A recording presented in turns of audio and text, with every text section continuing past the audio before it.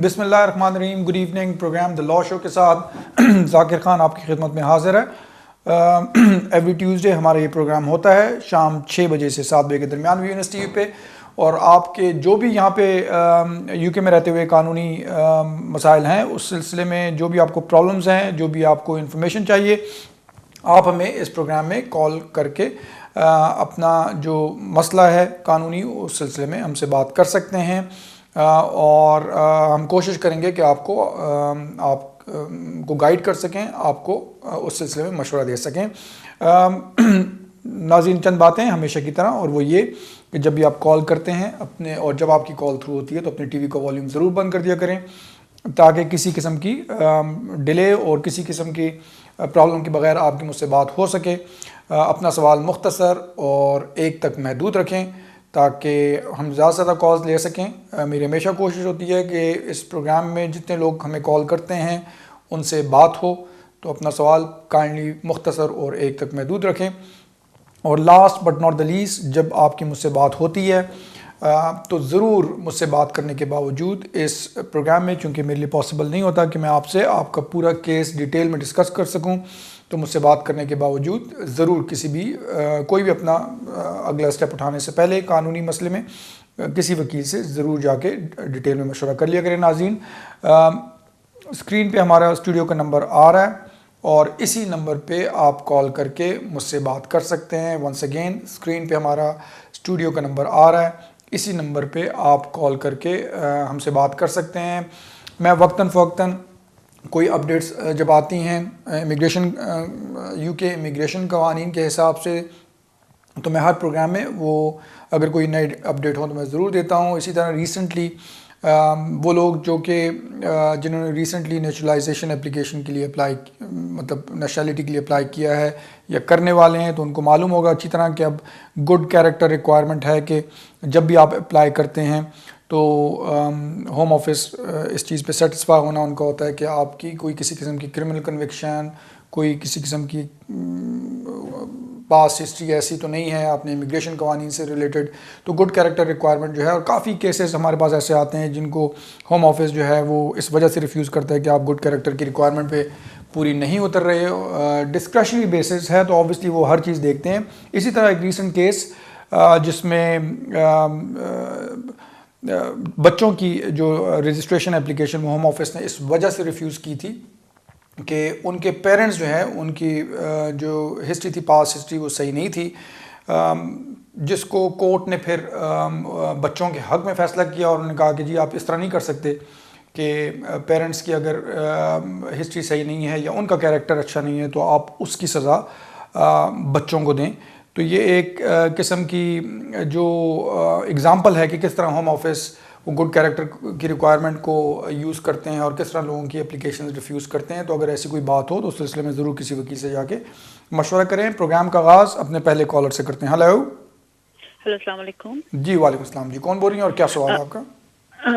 मेरी basically article 8 में मेरी जो है ना एप्लीकेशन ग्रांट हुई है, तो जी जी उसके बारे में मैंने पूछना था कि मेरे उससे पहले फिंगरप्रिंट्स नहीं हुए थे, मेरे अब फिंगरप्रिंट्स हुए हैं और मेरे फिंगरप्रिंट्स को मोर देन 10 डेज हो गए हैं। मेरी बेटी के फिंगरप्रिंट्स थर्सडे को 10 डेज होंगे, तो अभी तक हमें किसी का भी बायोमेट्रिक कार्ड नहीं आया। मैंने ये पूछना था कि क्या मुझे बायोमेट्रिक कार्ड के अपनी बेटी के लिए भी वेट करना पड़ेगा, तो मैं उनको रिपोर्ट करूँ, या सबके अलग-अलग आते हैं या सबके एक साथ आते हैं? अगर फैमिली गया था तो फैमिली के थ्रू आएगा ही, और कितना टाइम लगता है बायोमेट्रिक कार्ड आने में? एक ये सवाल है मेरा। और एक और सवाल मेरा ये है कि आफ्टर 6 मंथ मुझे पूरे 10 इयर्स हो जाएंगे। उससे पहले हम अपने हस्बैंड की डिपेंडेंट थी और फिर मैंने आर्टिकल 8 की एप्लीकेशन डाल दी, जो पहली ही एप्लीकेशन चली और वो ग्रांट हो गई। तो मेरा बीच में कोई गैप नहीं है, तो मैं आफ्टर 6 मंथ अपने लिए इंडेफिनिट डाल सकती हूँ कि नहीं? देखें, जहाँ तक आपका पहला सवाल था बायोमेट्रिक कार्ड के सिलसिले में अगर आपकी एप्लीकेशन ग्रांट हो गई है और आपको बायोमेट्रिक्स के लिए उन्होंने रिक्वेस्ट किया, आपने दिए और उसको 10 दिन हो गए, तो होपफुली इसमें ज़्यादा टाइम नहीं लगता। चंद हफ्ते मेरे ख्याल में कॉलर जो हैं वो जा चुके हैं, लेकिन अगर आप टीवी पे देख रही हैं तो अपने सवाल का जवाब आप सुन सकती हैं। तो होपफुली बायोमेट्रिक कार्ड से रिलेटेड जो आपका सवाल है उसमें ज़्यादा टाइम नहीं लगता। अगर आपकी एप्लीकेशन ग्रांट हो गई है तो जल्द ही, यानी कि अगर 10 दिन हुए हैं तो तकरीबन होपफुली चंद हफ्तों में, 4 से 6 हफ्तों में आपको कोई डिसीजन, मतलब आपके बायोमेट्रिक कार्ड आ जाने चाहिए। नॉर्मली सारी फैमिली के इकट्ठे आते हैं, तो अनलेस के बाज़ औक़ात किसी के ऊपर नीचे हो सकते हैं, लेकिन जनरली स्पीकिंग सारी फैमिली के इकट्ठे ही वो करते हैं। तो फिलहाल आप वेट करें, भी सिर्फ 10 दिन हुए, कोई ऐसी परेशानी वाली बात नहीं है। जहाँ तक आपका 10 साल का सवाल था कि आप उसकी एप्लीकेशन कर सकती हैं कि नहीं, तो एज़ लॉन्ग एज़, जिस तरह आप कह रही हैं कि आपकी कोई गैप नहीं है, आप थ्रू आउट लीगल रही हैं, तो अगर ऐसी बात है और आपके 10 साल पूरे होने वाले हैं 6 महीने बाद, तो आप फिर 10 साल की बेसिस पे इंडेफिनिट के लिए अप्लाई कर सकती हैं। बहुत शुक्रिया। नेक्स्ट कॉलर की तरफ चलते हैं। हेलो, सलाम जी। वालेकुम सलाम जी, कौन सा बोल रहे हैं और क्या सवाल है? मेरा हसन अली नाम है। तो सर मैंने पता करना था, मैं यूके में स्टूडेंट वीजे पर आया था, जो आईएलटीएस का 2 साल का वीजा था। तो यहाँ पे कौन सा वीजा था? बाद मैंने स्टूडेंट वीजा। ब्रिटिश लड़की से शादी, जी जी स्टूडेंट वीजे पर आया था। जी जी। तो फिर मैं यहाँ पे एक ब्रिटिश लड़की से शादी कर ली। तो 1 साल के बाद मैंने यहाँ से वीज़ा अपना चेंज करवा लिया। स्पोक बाद 2 साल का मिला। 2 साल के बाद मेरे को स्टे मिल गई। तो स्टे के बाद तकरीबन कुछ 6-7 महीने के बाद मेरा और बीवी के दरमियान कुछ अंडरस्टैंडिंग नहीं रहा, तो अभी डिवोर्स हो गया है। तो अभी पता करना है कि मेरे को नेशनलिटी कब मिलेगी। क्या वो स्टूडेंट जो 1 साल गुजारा है स्टूडेंट वीजे पर वो अकाउंट होगा, या उसके बाद जो क्या होगा, नेशनलिटी कब अप्लाई कर सकता हूँ मैं? देखिए, आपको नेशनलिटी जो है ना, जब आप एक्सक्यूज मी, जब आपको यहाँ पे रहते हुए 5 साल हो जाएंगे टोटल, आपका स्टूडेंट का टाइम जो है वो शामिल होगा उसमें। अच्छा, स्टूडेंट वीजा जो स्टूडेंट अकाउंट वो सिस्टम होगा इसके अंदर? जी जी बिल्कुल होगा। टोटल आपको जब यहाँ पे रहते हुए 5 साल हो जाते हैं लीगल जो है, तो फिर आप नेशनलिटी के लिए अप्लाई कर सकेंगे। Thank you very much. बहुत शुक्रिया, thank you very much. Next collar की तरफ चलते हैं। Hello hello. हाँ जी जी, अस्सलाम वालेकुम। वालेकुम सलाम जी। जी जी, कौन सा बोल रहे हैं और क्या सवाल है? जी जुनैद बात कर रहा हूँ। सवाल ये है कि यहाँ पे मैं स्टूडेंट वीज़े पे आया था, और उसके बाद उसके दरमियान मेरी शादी हो गई थी यहाँ पे ब्रिटिश नेशनल। तो हुआ ये था कि जब शादी हो गई थी उसके बाद मैंने जो है यूनिवर्सिटी जाना छोड़ दिया था। उसकी वजह से ऑब्वियसली लीव कटेल हो गई थी, लेकिन कटेलमेंट पीरियड जो 2 महीने का था उसके अंदर ही मैंने अपना जो है वो ट्रांसफर करवा लिया था स्पाउस वीज़े पे। ठीक है। तो इस वक्त मैं जो है वो 2.5 साल का पहले मिला था, वो मेरा हो गया हुआ है। उसको मैंने रिन्यू भी करवा लिया। फर्दर 2.5 years की लीव मिल गई थी। तो सवाल ये है कि मुझे आप जो बता रहे थे अभी थोड़ी देर पहले कि वो लोग कैरेक्टर देखते हैं और ये सारा कुछ करते हैं, उसका पेरे पे कोई इफेक्ट होगा? बिल्कुल देखें, मैं इंडेफिनिट अप्लाई करूंगा तो नहीं, आप पे आपकी लीव कटे एक्सक्यूज मी, आपकी लीव कटेल हुई थी, और उसमें आपने विद इन टाइम जो है आपने फिर अपनी स्पाउस वीज़े के लिए अप्लाई किया था, और इस चीज़ को एक्सेप्ट करते हुए कि आपका जेन्युइन रिलेशनशिप है, आप लीगल हैं, तो उसको एक्सेप्ट करते हुए होम ऑफिस ने आपको स्पाउस वीज़ा दिया था। आप सेकंड एक्सटेंशन भी आपकी हो गई, तो मैं नहीं समझता कि आपको कोई मसला होगा। चलें, थैंक यू सर। बहुत शुक्रिया, thank you very much. Next collar की तरफ चलते हैं। Hello hello hello hello hello. Yeah. जी हेलो। हाँ जी, अस्सलाम वालेकुम। वालेकुम सलाम जी, कौन सा बोल रहे हैं और क्या सवाल है आपका? हाँ जी, आमिर बोल रहा हूँ हडर्सफील्ड से। जी आमिर साहब बोलिए। सर लास्ट टाइम भी मैंने पूछा था आपसे सवाल, मुझे क्लियर नहीं हुआ था। अच्छा। ये टेस्ट के रिक्वायरमेंट के मतलब पूछना था। मैं अपनी वाइफ को स्पॉन्सर कर रहा हूँ पाकिस्तान से, तो उन्होंने आइलेट्स किया है, तो आइलेट्स के वो बैंड क्या रिक्वायरमेंट है उसमें? क्योंकि उनकी वेबसाइट पे बताया हुआ है A1 लाइफ स्किल्स। जी जी। लेकिन उन्होंने किया है आइलेट्स, तो आइलेट्स के वेबसाइट पे क्लियर नहीं है कि अभी को कितने बैंड की रिक्वायरमेंट्स है। नहीं, तो उनका क्या बैंड है? हाँ जी, उनका क्या बैंड है? उन्होंने किया वो 3.5 है ओवरऑल, लेकिन स्पीकिंग एंड लिसनिंग में उन्होंने मोर देन 4 बैंड लिए। देखें, जहाँ तक अगेन मुझे 100% कंफर्म नहीं है, लेकिन मेरे ख्याल से 4.5 चाहिए, 4 या 4.5। लेकिन अगर आप चाहें तो आप मुझे बेशक स्टूडियो से मेरा नंबर ले लें, आप मुझे कांटेक्ट कर लीजिएगा, तो मैं आपको क्लियर कर दूंगा इंशाल्लाह, और अपने अगले प्रोग्राम में मैं बता भी दूंगा एग्जैक्टली ये बात। ठीक है जी, बहुत शुक्रिया। नेक्स्ट कॉलर की तरफ चलते हैं। हेलो हेलो, अस्सलाम वालेकुम। जी वालेकुम अस्सलाम जी, कौन बोल रही हैं और क्या सवाल है आपका?